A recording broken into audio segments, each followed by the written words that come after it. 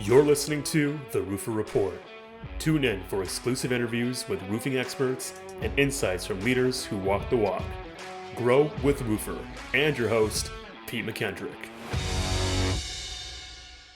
Hey everybody, welcome back to the Roofr Report. I am your host, Pete McKendrick, here with Roofr, and very excited today to move a little bit outside of our industry and bring in some special guests. I want to give a little bit of backstory here as to how this came to be, because I think it's a unique story a bit here on how this podcast came to happen. I was traveling for a Roofr Roadshow, and we were on our way, I believe, to Houston at the time, and had the pleasure of sitting next to our guests today, Marc and Melissa. On the plane, we got to chatting, found out what they do and how pertinent it was to what we do in the roofing industry, and where roofers are currently finding challenges, and just really got to talking about how they could potentially help the roofing industry. And this is going to be their coming out party here for the roofing industry. More than happy to make the introduction here. Marc and Melissa with Improv My Sales, correct? So I will introduce them and let them tell you a little bit about what they do. Go ahead, guys. I'll let you take the floor here for a minute. Yeah, thanks a lot, Pete. It was a great flight, and what happened after that is anyone we sat next to, it was always the bar was, do we have a conversation as good as we had with Pete? And unfortunately, It's true. there was one Pete, and there's a lot of people who are not Pete. Yes. I love it. So, I'm Marc Levine. I'm the founder of Improv My Sales, and with me is Melissa Bradley, who is the managing director of Improv My Sales. And we are a training and coaching company, really focused on collaborative communication. We work with all sorts of organizations. They bring us in to work with their people, to work with their leaders, and everything from sales to emotional intelligence. And a little bit about me. I started in sales over 20 years ago. I was selling in manufacturing, and then later in technology and professional services. Along the way, I became a sales leader, but I found my calling as a sales trainer. The calling being I love to teach. I love to help people get better at what they do. And anything I can do to help them feels good. It's my way of contributing in the world. When I was at a manufacturing company, I had a light bulb moment as the trainer introduced something called the customer buying cycle. I had heard of the sales cycle, which is the process salespeople go through. He said, think about what happens for the customer. And they go through their own process. And it was then that it was that epiphany that we need to be more focused on the buyer's experience instead of the seller's experience. Later, I went to work for a training and coaching company called the Mulvaney Group, and I was introduced to a conversation model called Courageous Conversations, teaching people to have those difficult conversations in the workplace around feedback, around trust, about what people need. In 2015, I started Improv My Sales. And the goal was not to teach sales or communication as manipulation, but instead to teach it as connection. We like to say that you could use our work at work and at home, because it's about building better relationships.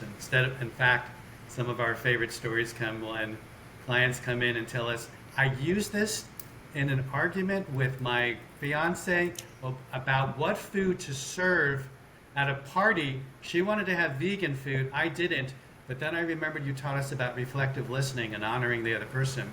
In an instant, the conversation changed. And I'm excited to introduce Melissa Bradley. Thank you, Marc, and so good to see you again, Pete. And it was a joy to sit next to Pete on that ride, and I think we spoke for 3 hours straight, and I really entered each other's world, and that's what it is about. As Marc was saying, for us, it's about creating really miracles in communication and supporting people with entering each other's worlds, with validating their realities, with actively listening and having compassion and curiosity. And my background, briefly, is I was in shipping. All of a sudden, I was in the shipping industry for years, and I thought, how did I get here? And it turns out my dad was in shipping and trucking, and his father was in shipping and trucking. So I ran a communications agency for about 25 years. And then I decided I wanted to become a coach. And so I received my coaching training. And now we're in 2023, right? And I'm with Marc in Improv My Sales and really enjoying bringing this communication style to all sorts of industries. We work in banking industries as well as healthcare. And when we were talking to Pete, we thought, wow, when he was describing the roofing industry to us, we thought, wow, maybe we can create some big magic and miracles there as well. I think we found the crossover with Pete because we don't come from the roofing industry. But what the crossover was people. And if you have more than two people working in an organization, you have people communication problems. That's across the board in any relationship. And it's not because people are bad, it's just we see the world in different ways, which is fine as long as we can communicate our needs, our fears, our concerns, our hopes, our dreams in a compassionate or kind way. But most of the time we don't remember to do that. And that's when we have conflict, that's when we butt heads, and that's when people bring in Improv My Sales to help with things like that. As a result of the work we do, we save people time, we save them stress, and we increase their profits. Yeah, and I think one of the things to really note about the roofing industry and construction in general is, in a day and age, I think now where we're dealing with a lot of like remote buying, right? Like I think we buy our groceries now online and they get delivered to our house. Like there's literally no interaction with a human being whatsoever unless the order's wrong potentially. And so I think that what's unique about our industry, it's one of the few kind of like the last frontier of industries where the sales process is still mostly face to face. It's still me as a salesman in the home making a presentation, selling myself, selling my company, selling the products, but sitting at your kitchen table, right? Building that relationship and building that trust. One of the things that you touched on right away, Marc, is something that came up just last month when we were out on the road. A roofer told me he was explaining his process, and he said, I don't sell roofs, I sell experiences. Right? And he said, I sell that experience of working with my company. I sell the experience of what it's going to be like to have your roof put on, to work with these products, to understand what we're doing here and what that entails when we re-roof your house or potentially install solar or something like that. And it was a very, very smart comment that it was one of the few things that I really took away from that and said, like, wow, this is a really smart approach. And it's like you said, I think that we are essentially, we're selling that experience, and that's part of that customer, like you said, that customer's journey. And we keep that in mind. I think it changes the whole aspect of how we sell.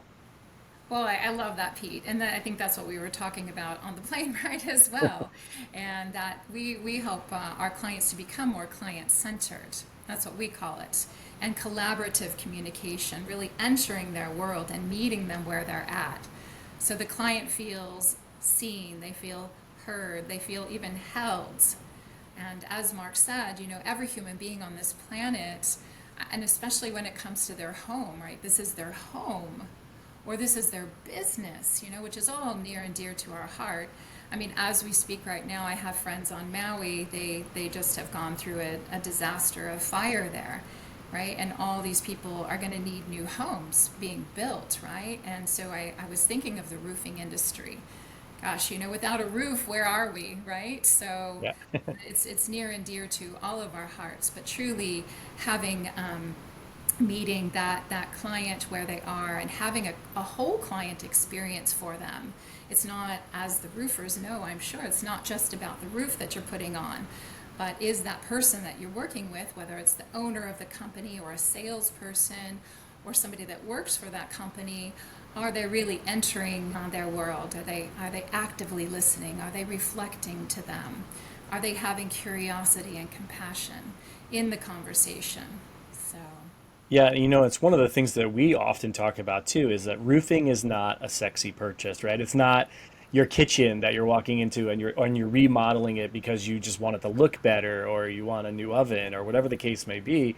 It's one of those things that most of the time when you're replacing your roof, it's a stressful situation because it's got something wrong with it. Either you just experienced damage, or you have a leak, or the age of the roof has gotten to the point where you're having issues, right? So it's not something that you're excited about doing as a customer, right? You're probably in not in the most, the best emotional state when you're buying a roof. And it's also something that we don't think about until we have to do it. So we are very uneducated as a buyer around what our roof is, what's up there, how, the products that exist, those type of things, because we don't think about it. Even though, like we always say, it protects your investment, it's something that we don't think about until we absolutely have to.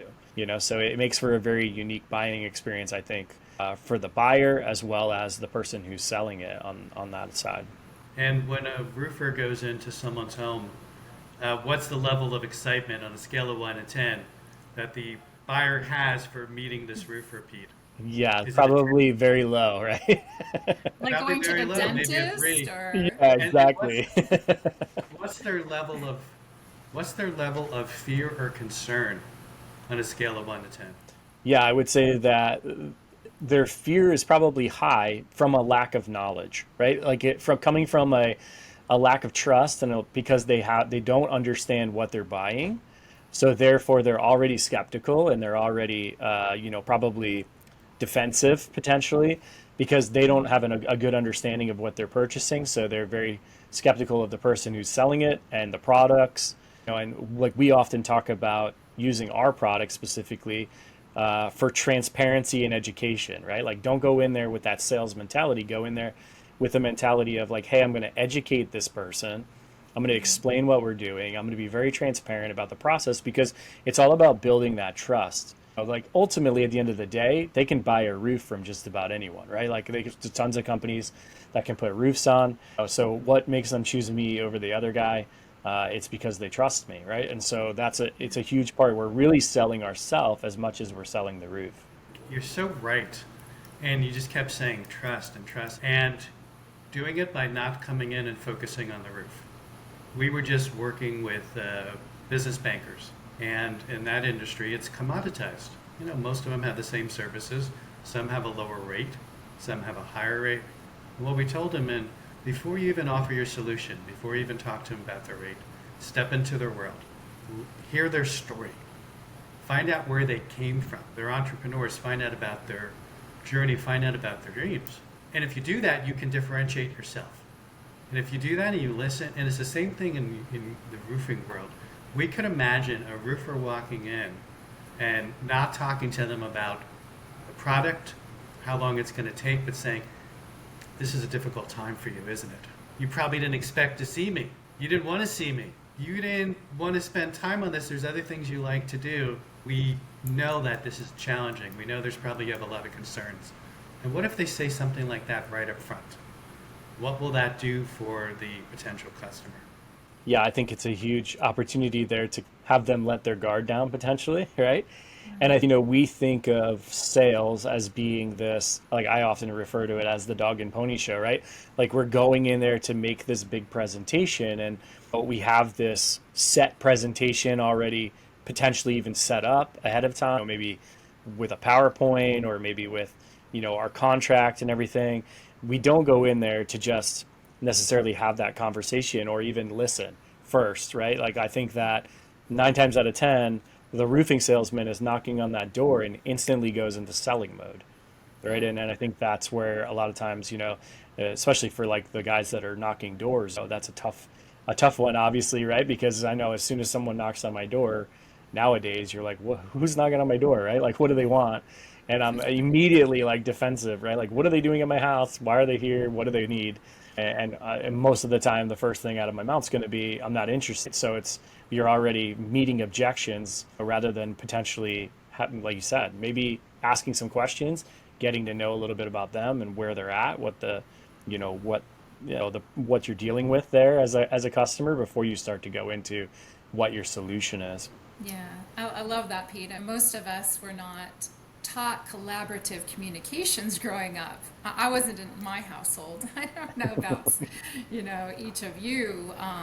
And then what happens is that when people feel like their needs aren't being met, whether it's on the client end or on the roofer, and it doesn't matter because we're all human beings, right? So that when people feel like their needs are not being met, then they feel threatened, right? They all of a sudden they get triggered. Somebody gets triggered on either end, and then we can become defensive, and then when they're in that mode, we're going to go into fighting. Somebody's going to try and get their way. I'm going to wrestle. Just going to wrestle this client to the ground. I'm going to get this contract signed before I leave, right? I have an agenda. I have a quota here that I need to meet, and I'm going to make it happen. So somebody's they're going to, wrestle with the whole thing, and it's going to be very stressful, right? That's hard on our nervous system to live in that fight mode, or we run away.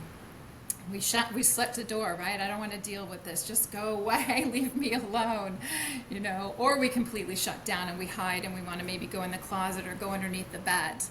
This is often what's modeled to us in our home environments. So I have so much compassion for us as human beings. And as you said, Pete, it needs to be a client-centered world. It really must be if we want to be thriving in our businesses, and for us too at Improv My Sales.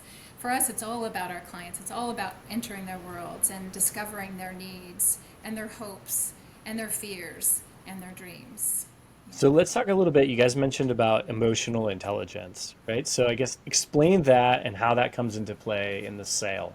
Yeah, I mean, it is as it sounds. If people haven't heard of it, or if they have, it is as it sounds. It's emotional intelligence. But tell me, in the roofing industry, do emotions ever run high? Yeah, I think that, quite often, I think it's a very competitive market. So you have a couple of things. I think you're going to have emotions on job sites often run high. It's a high stress, high performance job. Like these guys are pumping these jobs out very quickly. They're on a very strict deadline a lot of times, especially the busier companies. So because of that, it could be a high stress work environment. So tempers are definitely going to flare at times. I think it's a very competitive market. In some of the larger cities, you have a lot of roofers competing. So it becomes high stress as far as competing against other roofing companies, but also for the buyer, right? So when you're a buyer in those markets, tensions can run high because it's like, oh, another person's knocking at my door. Like I've actually seen pictures where people will hang a sign on their front fence that says, no more roofers. And because they are so tired of people knocking on their door and stressing them out more or less, because they're dealing with so many people coming there trying to sell them the same roof. And so, yeah, I would say overall, it tends to be high pressure on both sides of the fence. Right. I was talking to my cousin not too long ago, and he lives in Texas, and there's lots of hailstorms there. Yes. And so he's had to put on a number of new roofs, and he said that he was taking a nap one day, and somebody from a roofing company came and knocked on his door, and my cousin's emotions tend to run hot and angry anyways, and he just flared out at this person and just told him off, and then all of a sudden he settled in and he thought that was really not kind of me, and he got in his car and he followed him and said, I'm just so sorry for that, which I was happy to hear that from my cousin. But whether it's the customer, the person at the door, or it's the roofer, and again, whatever industry you're in, when somebody's defensive or running hot and heavy, we're creating more to clean up, right? When we're running with the emotions, there's more to clean up. And Yeah, I love that. yeah, and it's not to get too sciencey, but there's this something called a reptilian, part of our brain, right? That's there. It was there to protect us from the dinosaurs, right? But we still have it, and now we tend to gear it more towards our emotions. And there's three primary F words. Have you heard of the three F words, Pete? No, I don't think I know You that don't know one. the three F words? No. Okay. So there's three F F words. Maybe on job sites there's one primary Yeah. F word. Yeah. I can only imagine. Again, I Yeah. came from a trucking industry background, so I know Right. F words Similar, really right? well. Yeah, yeah. So, but it's fight. Again, it goes back into that fighting. We're going to fight with each other. Are we going to flee? Are we going to run away? Right? Are we going to freeze, which is the shutting down? All of which, again, takes a lot of energy, to clean up. What we do with emotional intelligence is we help our clients become aware of their emotions. Yes. And if they're starting to get into that fight, so what does fight look like? I'm going to try to talk more. I'm going to try to talk over you. I'm going to tell you why I'm better than everyone else as a roofing company. Or flight is like, oh, it's okay. Don't worry about it. We'll just come back another day. We teach our clients to be aware of their emotions and to pause and soothe themselves before they communicate. Because if you communicate from defensiveness, 9 times out of 10, you're not going to be at your best. You're not going to get the sale. Or think about if the client is upset with you. You already have the job and you're doing the work and the client's upset with you. And you try to prove to them why you're doing a good job. Has that ever worked out for anyone? Has it ever strengthened a relationship to try to prove to someone why you're right and to make the client wrong? Well, it's funny that you bring that up because I think that there's some key phrases even, right? Like I think knowing your customer and watching what being aware of what you're saying. I've seen sales just on my side of watching other people sell. I've seen sales lost because people say things that the client they're talking to may potentially find offensive, or it may turn them off, or they just, they just feel like, hey, this person's just not my type of person, so I'm just not interested in buying from them. So I think, like you said, taking a step back, taking a breath, and realizing what you're actually about to say before you say it can drastically affect the course of that sale. Yeah, Yeah. absolutely, Pete. Yeah, when people are running on defensiveness, or like Mark said, if they're trying to prove something, it's never going to get them what they truly want. And so you're just the secret sauce, so to speak, is what you just said, Pete. It's being aware, okay, I'm upset right now, I'm triggered, I'm angry, I'm frustrated, I'm pissed off, whatever it is, acknowledging that within yourself and taking a breath. Right, and it's the simplest thing, and yet it's what do we forget to do when we're all hopped up on the emotions is we forget to breathe. Something we share too is even just rubbing your fingertips together or wiggling your toes, just bringing your back into this moment is always going to be helpful. Did you want to share something, Mark? Yeah, it's so interesting. I love those techniques. When you're emotionally triggered, the only thing you can do is soothe yourself, because the cognitive part of the brain is cut off. So Melissa talking about taking breaths, it's almost like you need to, how you swaddle a baby? Yeah. When a baby's upset, you need to do that to yourself. You need to do a self swaddle. I like And it. it's a self swaddle. So taking some deep breaths, wiggling your toes, putting your feet on the ground. The other thing you could do, and this is counterintuitive, is we call it name it to tame it. And that looks something like, the customer's upset with you and it's actually saying, this is a difficult situation. I can see that you have a lot of frustration with how we're doing this. Now, most people think that's going to make it worse. It won't. You're actually acknowledging what's happening. Shrek, the guru Shrek, the communication guru Shrek? You have kids, Shrek. Yes, I've seen that one. Shrek, Yeah. after tooting or burping once, said, better out than in. Yeah. And we think it's the same thing with acknowledging emotions. Even saying something like, hey, this is a tense situation. I'm going to take a breath right now. I want to be thoughtful on how I respond to what you just shared. Let me take a moment.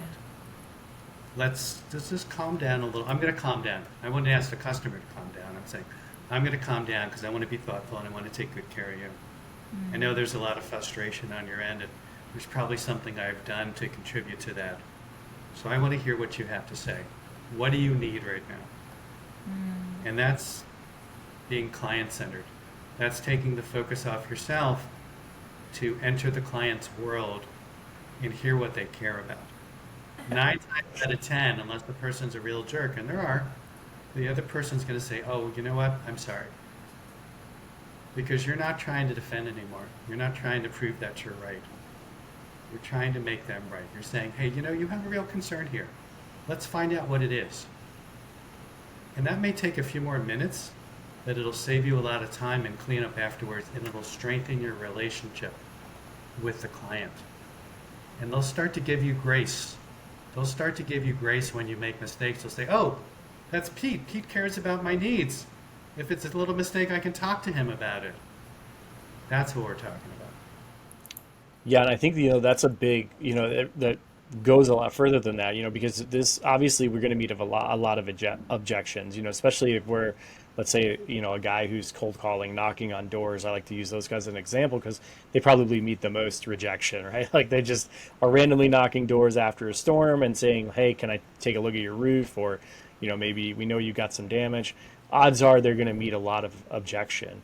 And being able to kind of take that step back and not, just go full sales mode or go on the defensive because the person at the door is like trying to shut the door in your face, could change the whole nature of that conversation, and I think that's a part that gets overlooked quite often. Well, we have a whole program that's dedicated. It's called From Objections to Connections, right? So it's taking the objections that are thrown at us and actually creating gifts from them and building the bridge and creating the connection. And it's, again, it creates a lot of, in my book, magic and miracles. And, as Mark and you have both said, for us, the value inherent in this is that not creating any further messes to clean up, right? And helping people's stress level. People are already stressed out and overwhelmed. Like, what keeps you up? What keeps roofers up at night, right? I would imagine sometimes it is the jobs or it's the client that was upset at them that day. But if there is, and there is, a way in to connect with that client and to soothe the situation, it really helps people's nervous systems, and it overall helps them to have a better quality and a happier life, right? So. Well, and one of the things that I really like, Mark, what you said is, it helps you down the road as you go on, right? They're going to be a bit more forgiving as that job goes through because, let's be honest, when you're dealing with, subcontractors and material deliveries and all of these things, and we're ripping your roof off, like there's going to be bumps in the road potentially, and there's going to be things that happen that maybe we didn't foresee when we originally were sitting down at your kitchen table and talking to you. And, if we've already got you on edge, when those things happen, the odds are you're going to go, over the top as the customer, and I've actually seen that happen, as opposed to, like you said, if you build that trust and, hey, this guy really cares about me and cares about my feelings and what we're having done here.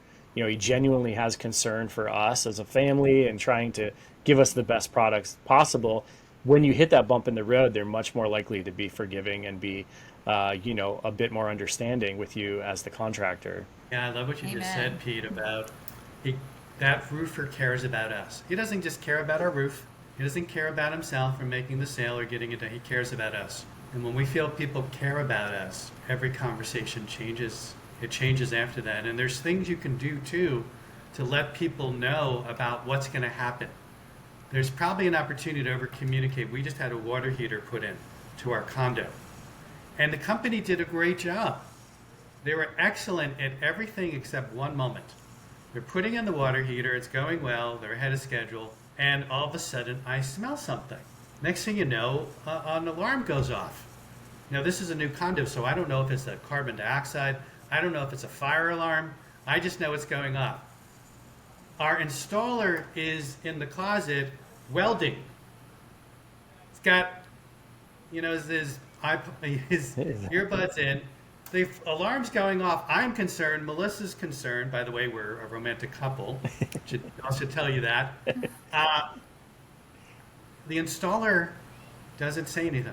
I finally ask him, hey, what's going on? I'm opening the front doors. I'm wondering, do we have to run out? Is this dangerous? There's a smell. No. What he could have done is said, hey, Mark, we're going great. We're ahead of schedule. I think I'm going to finish even earlier than I expected. There is going to be a moment I'm going to need to weld something for about 5 minutes. When I do that, you're going to smell something. Don't worry. It's safe. The alarm may even go off. It'll be a little annoying for a little bit, but it's not, no pun intended, alarming. You don't have to worry about your safety. Instead of me saying, hey, buddy, the alarm, is that okay? Should we be running out? He goes, oh, no problem. Happens all the time. Tell me that up front. Yeah. Dude, and if you do that, I'll think, wow, this person is different. He's thinking ahead. And I will have a level of trust in him, and I'll recommend him. I'll tell that story to other people about what a great roofer, what a great installer for my water heater. I'll talk you up because you did something better. You communicated better. You showed concern for my world better than anyone else. Yeah, we often talk about in the roofing industry, we come in, install a roof, and then you never see us again. And kind of changing that narrative to become this guy, become what we call the neighborhood roofer, right? And become the guy that these people recommend long after you're gone from their property. And how you do that is exactly like you said, like when you're that guy that they feel cares more about them than the actual product, they're much more likely to become a champion for you and recommend you to their friends and family and things like that. And that just helps. It's only going to help your business in the long run, and I think that portion is something that for years has been drastically overlooked in this industry. I always use my neighbor as an example. A roofer came, did his roof, in and out in a day, completely finished with the roof in a day, left his sign in the front yard for like a week, came back and got his sign without anyone even knowing, just scooped the sign up and left, and I've never seen him again, right? And no, I couldn't even tell you who he was at this point. He was there for, an entire day. His trucks were parked out front. I couldn't even remember his name, right? Because he didn't do anything to stay top of mind or stay pertinent at all. He just knocked that roof out and moved on to the next one. And I think that that's something, like I always use the example of, like if my car breaks down, I have a mechanic. It's the same guy. I go to the same guy every time because I trust him. I feel like he's looking out for my best interest. I know that I'm getting a decent, job done every time. Or same thing, like I take my kids to the same pediatrician, right? Because that's the person I feel most comfortable with.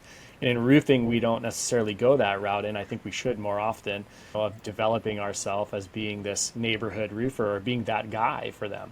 Like maybe it's not just roofing. Maybe you put my roof on this year, but next year I'm going to need siding or I'm going to need gutters or something like that. You're going to be the first person I think of if we've had a good relationship and my experience has been good as the customer. Yeah, I love that, Pete. It's all about building the relationship. As Melissa said before, most people aren't born with these communication skills, but we can teach you in not a lot of time how to differentiate yourself from everyone else who's knocking on your door. We can teach you how to listen. We can teach you how to speak back what the customer says. We can teach you how to build that sense of caring, that I have your best interest at heart in a very sincere way, without ever having to say those two words which we hate, I understand. Mm. Those are two words never say to someone that you understand. Show them through your listening, show them through your curiosity, show them through your authenticity that you care, and they will know that you have their back. So why do we not say the words I understand? You want me to take this one, Melissa, or do you want to take it? Yeah, you're very passionate about this one, so yes, please take it away. Melissa and I have been together for 10 years. She probably knows me as well as anyone that I see on a regular basis. She understands me pretty well, but there's times she doesn't. And we live together. We don't, most of the time, we don't know someone else's experience. And often when we say I understand, we make it about ourselves. We become me-centered instead of client-centered.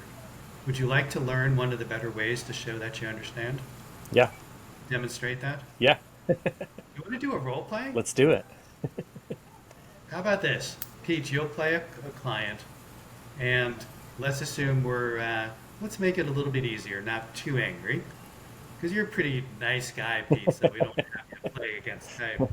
I Let's can't say even it's a imagine middle- Pete angry, so I can't either. I can't either. I feel like I've known Pete my whole life. So funny, you know? Yeah. We just met on a plane, so Yeah, right? yeah, built the relationship quickly. Yeah. We can't, yeah. So let's have you play a client in the middle of a job and something goes wrong. And Melissa is the person who is your roofer, person who's running the crew, and you're talking to her about the problem. And she's going to do show off some tools about how to help you feel understood. What I may do is I may pause the role play in the middle just to point something out that either went really well, or if Melissa isn't perfect and she's not, could be done better. And we'll demonstrate that. How's that sound? I like it. Let's do it. Okay. So Pete, you start. You bring a complaint to Melissa as the head of the crew, and we'll see how she handles it. Okay. Hey, Melissa, how are you doing? I'm doing great, Pete. How about you?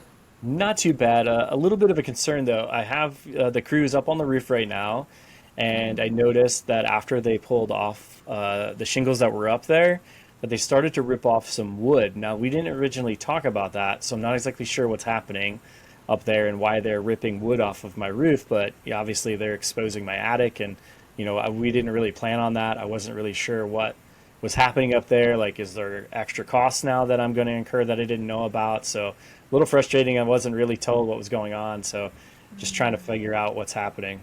Yeah. Well, thank you so much, Pete, for letting me know. I really appreciate that. I sense that this is stressful. You weren't expecting this at all. Yeah, Accurate? I just, I kind of figured that you guys would be done today. Now it looks like maybe not, because the project looks like it's more than maybe what we bargained for. And then also, of course, it looks like maybe we're getting into something that could be more expensive as well. Yeah. Well, again, thank you. Thank you for letting me know. We certainly did not want to inconvenience you at all. And I can see where you would think, because it's going on longer and we took the pieces off of the attic, that it's going to cost more. But I can tell you that that is included, in the contract. Now let's pause right there. So Pete, you just came to Melissa with a complaint. Something unexpected happened, right? This happens all the time? Yeah. Is this common? Yeah, fairly common. Yeah, fairly common that Yeah. you run into stuff that you didn't. Obviously, as the roofer, I can't necessarily see everything that's happening up there. So it's fairly common that once we start to dig into a project, things come up that we didn't originally, foresee. Exactly. And when that happens, it's almost like the water heater situation, where instead of the roofer coming to you and saying, hey, we encountered something we didn't expect, let's talk about it. So there's an opportunity to be proactive first before the customer, because once the customer catches it, you're already frustrated, right? You might be in fight, flight, or fear. So instead of saying, I understand, what did you notice that Melissa did? Yeah, How did she communicate? Yeah, she was very more compassionate about what my concern was, and kind of eased into it and said, hey, no, it's okay. Like, we're aware of it. We've already dealt with it. And was very solution based. I felt like. Yeah, what we call that is she did two things. One, she validated your experience.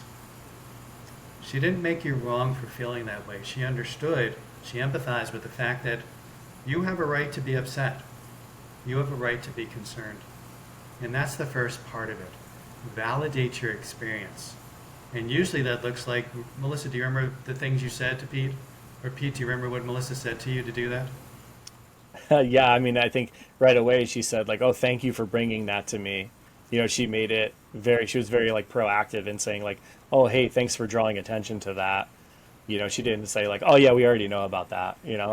How amazing is that she thanked you for bringing frustration forward? Yeah. That alone can help diffuse some of the energy. Thank you, Pete. Glad you brought that up. That completely changes the conversation. And Yeah. then what else? I think, well, and I think it's like you going back to your water heater situation, because I think that if she would have said to me, "Hey, we knew about that," or, "Oh yeah, we realized that was happening, so we're just going to go ahead and do it," I would have been like, "Well, why didn't anybody come to me and tell me, right? Or why didn't anybody tell me ahead of time?" And kind of like you said, I think back, I had an experience one time with a mechanic on a car who I brought my car in for service, and he called me and said, "Hey, this is what I found. I just went ahead and fixed it." And I said, "You went ahead and fixed it?" And he's like, "Yeah, I just went ahead and did it." I said, "You didn't call me and ask me if it was even okay to make that change or how much it was going to be, or like you didn't even bring me up to speed on what was happening." And you know, even though it was fine, it had to be fixed, and I knew it had to be fixed, and whatever it cost, I was going to have to pay for it. It was that frustration level of he just took it upon himself without even involving me. You know, and I think it's interesting. We just had a roofer do a case study with us, and she said that one of the things she likes to do is empower her customers, right? And by empowering the customers, it makes closing the deal much easier. And I think that it's a situation just like that, right? Like it wasn't necessarily the fact that the work needed to be done. I knew it needed to be done, but the fact that you took the power away from me to make the decision to tell you, yes, go ahead and do it, you know, by just choosing to do it yourself, like, hey, that's my vehicle. Like you just took it upon yourself, you know? So I think it's all in just, it's very minute, you know, or very subtle ways of wording things that make a huge difference in the direction of the conversation. These are exponentially powerful in building trust or destroying trust. Giving people what you're talking about, giving people the autonomy to say yes or no, letting them know what's going on. You're still going to do it. But if the mechanic calls you up and says, hey, we found this, we didn't expect it. What would you like us to do? Here are your options. You're probably going to choose to fix it and spend the money, but now you have trust. In a situation where the roofer didn't tell you, they could have said something ahead of time, but to say, you know, I'm sorry, you're right. We could have done a better job of communicating this to you, and we'll do better in the future. And I understand that you're frustrated. That's what Melissa was doing. Her tone dropped. She got a little softer. Instead of like defending, she didn't say, oh no, it's fine. Don't worry, we got it. You're like, yeah. She got softer. She understood you. She said, thank you. Those are the type of things that help to change the conversation. Right. Yeah, and what we love to do, Pete, as well, is empower our clients, who then empower the customer, and we like to help them to really be the heroes, you know, of the story. Whether we're working in the banking industry or whether we're working in healthcare or the roofing industry, you know, helping our clients really be the heroes for their clients. And then in that, they're pretty much guaranteed that when that client needs a new roof, maybe another hailstorm, like my cousin, you know, he's like, oh my God, I've had 6 roofs put on in the last 20 years. And, yeah. You know, so he's going to call if this roofer is his hero, or, oh my gosh, or needs siding or whatever. And same thing with our banking clients. So that's what it's really about. So I have one question for you that may be a bit different, but talking about communication and the frequency of communication, because I think you walk a fine line. A lot of times I've seen it go both ways, where obviously in our industry, we err on the side of a lack of communication, right? I think that too many times we leave the homeowner in the dark. Even internally, things are not communicated inside of their own companies very well. But sometimes you'll see people who go the complete opposite way. And I feel as though they almost over communicate to the point of creating friction, right? Creating frustration. So is there a way to kind of gauge, like, what is the appropriate amount or frequency of communication that is like the best, is going to create the best situation with my customer or even internally? I would love to hear what Marc wants to say on this. I'm going to quote Marc. I'm actually going to quote Marc. There you go. And here's I Melissa appreciate quoting that. Marc. So I'm curious. My first curiosity, and then I have a thought on the question, Pete, is what did the person say? How did they over communicate where they created friction? Do you remember?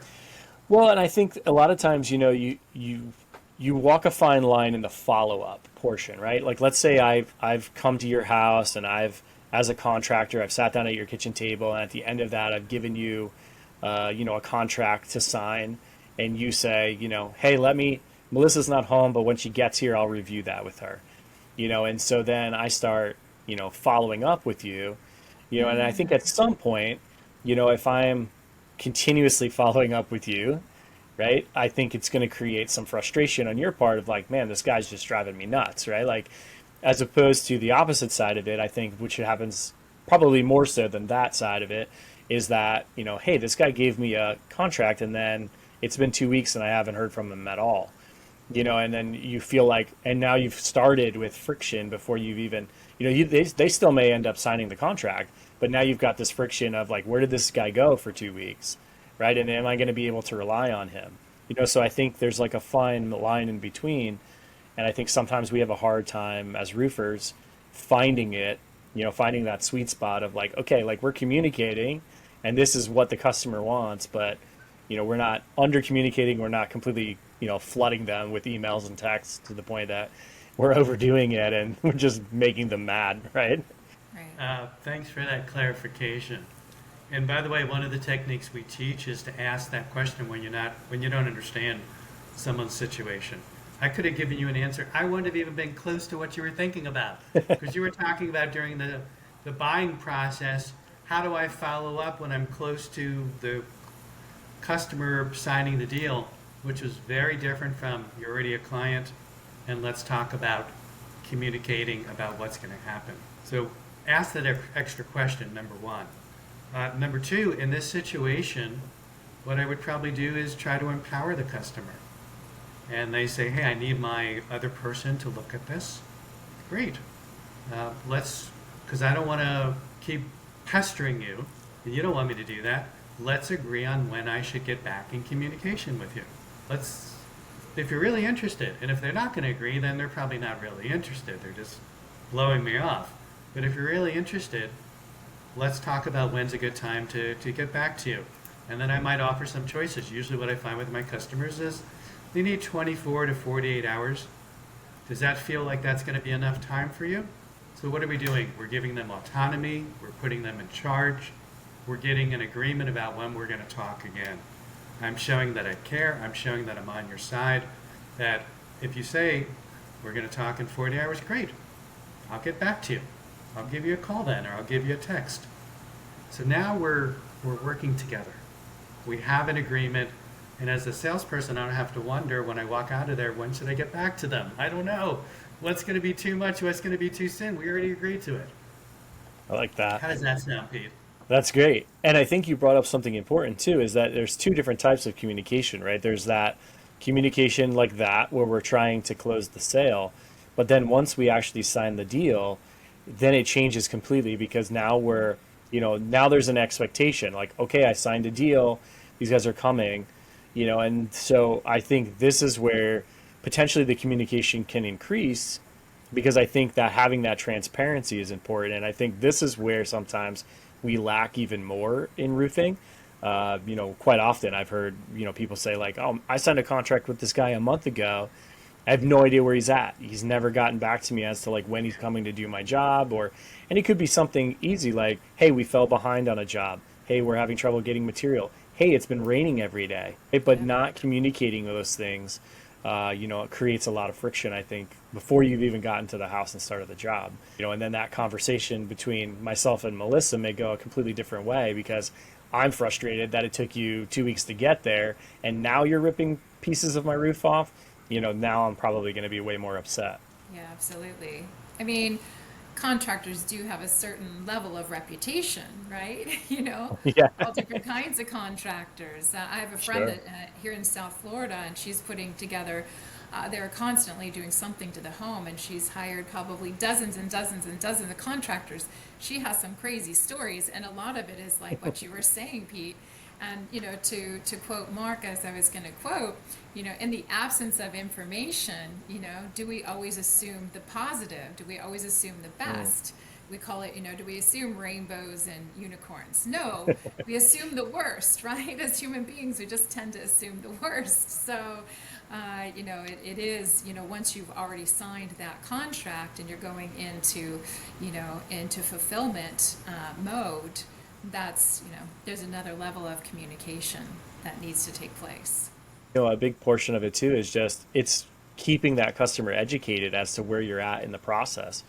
I think that like going back to what we're talking about, empowering the customer, if they feel like they're still in the driver's seat a bit, right? Like, okay, I know what's happening. I know what the next step in the process is. Like, oh, he's ordering permits or whatever the case may be, right? It's going to change my whole outlook on dealing with you, because I feel like I'm still, like we're in this together, obviously, right? And we're working together to get this job done, as opposed to, hey, I'm just writing you a check and I have no, input whatsoever on what happens to my own house.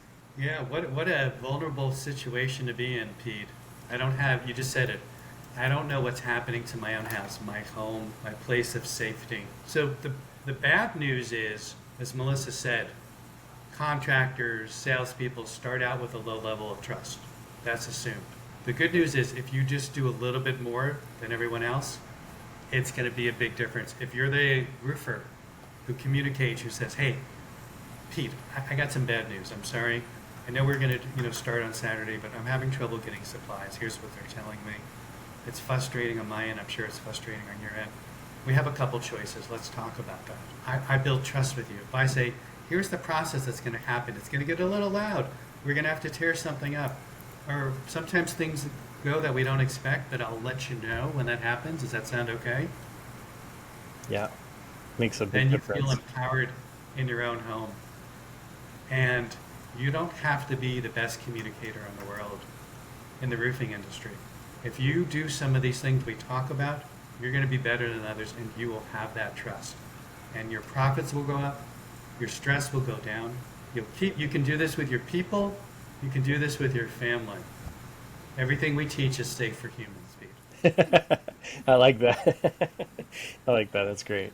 No, and I think that's important to note. I think everything that we've talked about today, I think we've kind of geared it more towards working with the customer, but it very it very easily could work with your own internal employees, and diffusing situations there. Obviously, when these guys right now are in their busy season, July, August, the end of the summer here, this is when they're the busiest and they're pumping out jobs, and there's a lot going on, like a lot of fires to be put out on a daily basis, and your whole crew is helping to try to get through the day. And obviously, like Melissa said earlier, tempers are going to flare and the pressure's on for everybody to perform. And and I think traditionally, roofers probably don't always, and just contractors in general, because of that, we don't necessarily always handle it the best, right? Like we have a tendency to just be very aggressive in how we handle those situations, instead of maybe taking a breath and saying like, okay, I get it. Like we're all stressing out here.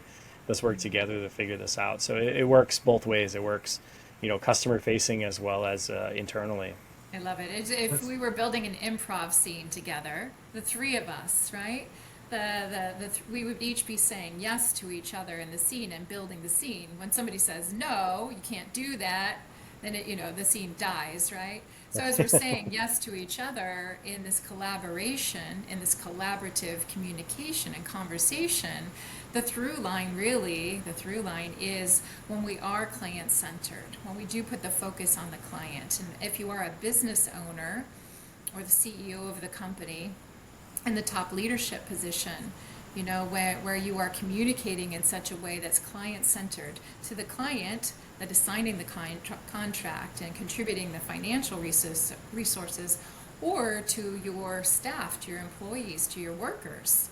And those are your internal clients, right? And having that same consistent through line of client-centered communication, I think you're going to sleep a lot better at night.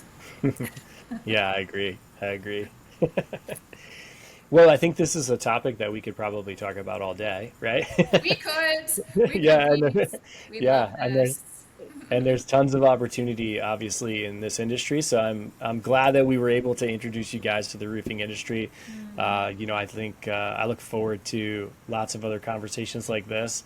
I think that there's going to be lots of opportunity for you guys to get in front of some roofers, with us at Roofr, and maybe even some other opportunities along the way. And I think it'll definitely help these guys, from just the conversations we've had and knowing, the challenges that roofers face on a regular basis, with staff and with, customers.